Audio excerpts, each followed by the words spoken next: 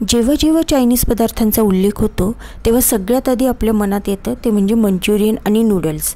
आणि मंचुरियन हा पदार्थ असा आहे की जो लहानांपासून मोठ्यांपर्यंत सगळ्यांनाच आवडतो। तर आज आपण फुलकोबी किंवा कॉलीफ्लॉवरचे मंचुरियन कसे करायचे ते बघणार आहोत। जास्त वेळ न घालवता लगेचच आजच्या रेसिपीला सुरुवात करूया। इथे मी एक फ्लावरचा गड्डा घेतलेला आहे आणि त्याची जी मागची पानं वगैरे असतात ती सगळी काढून घेतली आणि त्याचे ह्या साइजचे तुकडे करून घेतलेले आहेत। आता हे सगळे तुकडे करून घेतलेला जो कॉलीफ्लॉवर आहे तो एका सॉस पॅन मध्ये घेतला। हा जो कॉलीफ्लॉवर आहे तो आधी आपल्याला ब्लांच करून घ्यायचा आहे, म्हणजे अर्धा कच्चा असा शिजवून घ्यायचा आहे। तर त्यासाठी इथे त्यामध्ये थोडंसं मीठ टाकलं आणि यात अगदी गरम असं पाणी टाकून घ्यायचं आहे। गरम पाणी टाकून हा जो कॉलीफ्लॉवर आहे हा या पाण्यामध्ये आपल्याला एक साधारण 15 ते 20 मिनिटांसाठी असाच ठेवून द्यायचा आहे। कॉलीफ्लॉवर पूर्ण बिलकुल शिजवून घ्यायचा नाही, नाहीतर मग नंतर ज्यावेळी आपण ह्याचं मंचुरियन करणार तर त्याचा अगदी चुरा होतो। त्यामुळे अर्धा कच्चा असाच हा कॉलीफ्लॉवर आपल्याला इथे शिजवून घ्यायचा आहे। ते एक 15 ते 20 मिनिट झालेली आहे। या फ्लॉवरमधलं आपण सगळं पाणी आता काढून घेऊयात, त्यातलं सगळं पाणी निथळून घ्यायचं आहे।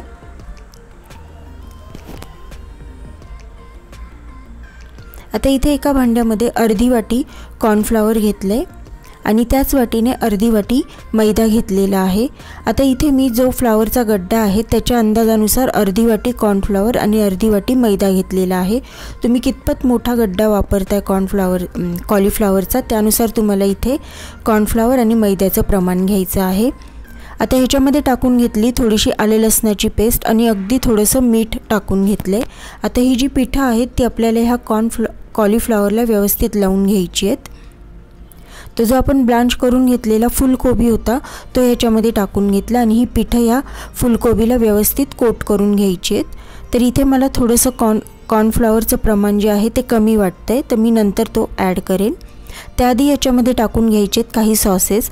तर इथे 1 चमचा शेजवान सॉस टाकून घेतला आहे, त्यानंतर 1 चमचा चिली सॉस टाकला आहे, रेड चिली सॉस वापरलेला आहे आणि 1 चमचा इथे सोया सॉस टाकून घेतलेला आहे। आता इथे सोया सॉस वापरला म्हणून सुरुवातीला मिठाचे जे प्रमाण आहे ते अगदी कमी वापरलेलं आहे, कारण सोया सॉसमध्येही बऱ्यापैकी मीठ असतं। आता हे सगळे सॉसेस जे आहेत ते सुद्धा ह्या फुलकोबीला व्यवस्थित लावून घ्यायचेत।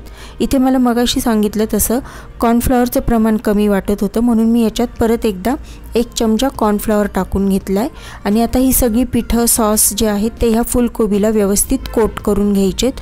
फुलकोबी आपण ब्लांच करून घेतला आहे तो थोडा ओलसर असतो, त्याच्यामुळे ह्याला ही पिठं लागली जातात। पण जर समजा ही पिठं व्यवस्थित कोट झाली नाही तर ह्याच्यावर अगदी थोडंसं पाणी शिंपडायचं। इथे मी अगदी अर्धा टेबलस्पून पाणी जे आहे ते याच्यावर टाकून घेतलं आहे आणि ही सगळी पिठं ह्या फुलकोबीला व्यवस्थित कोट करून घेतली। तर फुलकोबी जो आहे तो अगदी व्यवस्थित इथे मॅरिनेट झालेला आहे। आता हा मॅरिनेट झालेला फुलकोबी आपल्याला तळून घ्यायचा आहे। मॅरिनेट करून हा असाच ठेवायचा नाही आहे, तर लगेचच तळायला घ्यायचा आहे। तर तळण्यासाठी इथे कढईमध्ये तेल गरम करत ठेवलेलं आहे। तेल जे आहे हे चांगलं गरम करून घ्यायचं, कमी किंवा मध्यम गरम करायचं नाही, तर थोडं जास्त गरम करायचं आणि त्याच्यामध्ये जो मॅरिनेट केलेला फुलकोबी आहे तो एक एक करून टाकायचा आणि चांगला तळून घ्यायचा आहे। तर फुलकोबी जो आहे तो आपल्याला चांगला क्रिस्पी होईपर्यंत तळायचा आहे, त्यामुळे गॅसची जी फ्लेम आहे ती थोडी मोठीच ठेवायची आणि फुलकोबी तेलात टाकल्यानंतर एक अर्ध्या मिनिटानंतर मग झाऱ्याने तो तेलामध्ये खालीवर करून व्यवस्थित तळून घ्यायचा आहे।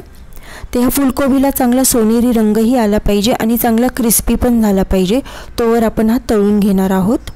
तर हे पहा इथे छान सोनेरी रंग आलेला आहे आणि चांगला क्रिस्पी पण झालेला आहे। तर तळलेला फुलकोबी काढून घेऊयात आणि जो राहिलेला फुलकोबी आहे मॅरिनेटेड तोही अशाच प्रकारे आपण तळून घेणार आहोत। तर सगळा फुलकोबी इथे तळून झालेला आहे। आता इथे त्याच कढईमध्ये जे आपण तळलेले तेल होतं त्यातलंच मी 1 डाव तेल घेतलेलं आहे। आता ह्याच्यामध्ये हे तेल गरम करून घ्यायचं आणि ह्याच्यामध्ये 1 टेबलस्पून बारीक चिरलेला लसूण टाकून घ्यायचा आहे। लसूण टाकल्यानंतर ह्याच्यात 1 टेबलस्पून आलं टाकून घ्यायचं आहे। त्यानंतर ह्याच्यामध्ये 3 ते 4 हिरव्या मिरच्या टाकून घ्यायच्या। आता ह्या ज्या हिरव्या मिरच्या आहेत ह्या तिखट आहेत, त्यामुळे मी इथे 3 ते 4 वापरल्या आणि त्यामध्ये कट करून मग वापरलेल्या आहेत। तर आलं लसूण मिरची नीट परतून झालं तेलामध्ये की एक मध्यम आकाराचा कांदा बारीक चिरून तोही या तेलामध्ये चांगला परतून घ्यायचा आहे। कांद्याचा कलर चेंज करायचा नाही, तर फक्त चांगला तेलात परतून घ्यायचा आहे। कांदा परतून झाला की याच्यामध्ये मग बारीक चिरलेली सिमला मिरची टाकून घ्यायची। भाज्या इथे तुम्ही तुमच्या आवडीच्या कुठल्याही वापरू शकता किंवा कलरफुल सिमला मिरची देखील वापरू शकता। सिमला मिरची पण याच्यामध्ये नीट परतून घ्यायची। आता इथे पण आपण काही सॉसेस टाकणार आहोत। तर सगळ्यात आधी इथे 2 टेबलस्पून सोया सॉस टाकून घेतलेला आहे।